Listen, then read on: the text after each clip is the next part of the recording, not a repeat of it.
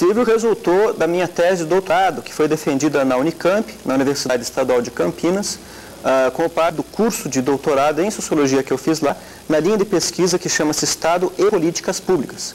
Então, tendo ingressado nessa linha de pesquisa, eu me vi, então, coagido, obrigado, a desenvolver um tema de pesquisa na área de políticas públicas, e eu elenquei, então, escolhi justamente a política do planejamento urbano em Curitiba, que foi uma pesquisa extensa que eu fiz ao longo dos meus 4 anos de doutorado, que redundou, então, nesse livro, que foi publicado em 2000 pela editora da UFPR. A cidade de Curitiba, a cidade modelo, é um mito mesmo?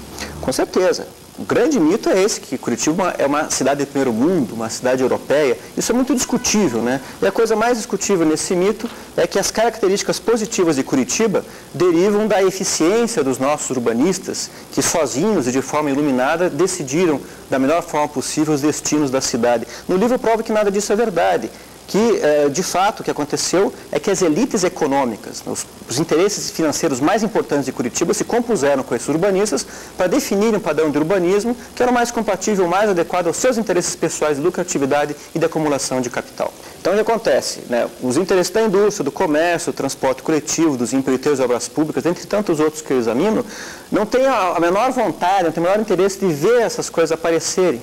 Então, eles se esforçam, eles se organizam para imputar o mérito, vamos dizer assim, entre aspas, da eficiência de Curitiba no planejamento urbano, da relativa eficiência de Curitiba no planejamento urbano, como resultado da ação dos urbanistas. Não, nós não tivemos nada a ver com isso, foi o arquiteto, foi o engenheiro, foi o urbanista que decidiu assim, nós não nos envolvemos. Na prática, eu descobri que isso não é verdade. Denilson, atualmente você desenvolve um projeto de pesquisa, relacionando o cinema e a história.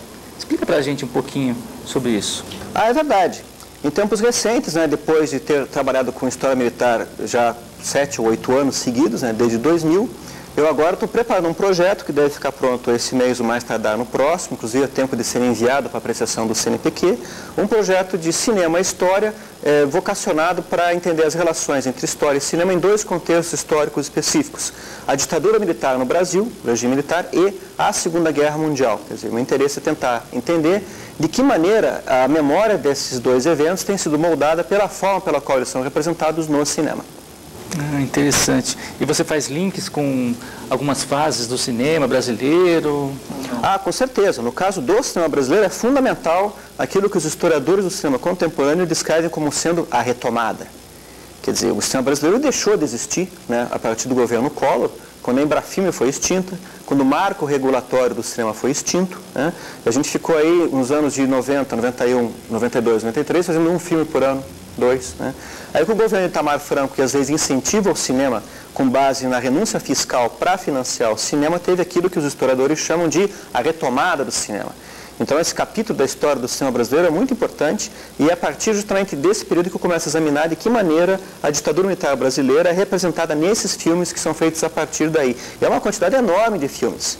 Eu estou examinando tanto filmes ficcionais quanto aqueles ditos documentários, que supostamente são mais objetivos, mais realistas, mas na prática a gente percebe que eles podem ser tão fantasiosos quanto os filmes ficcionais. No caso do cinema novo aqui no Brasil, ele está relacionado com algum momento histórico?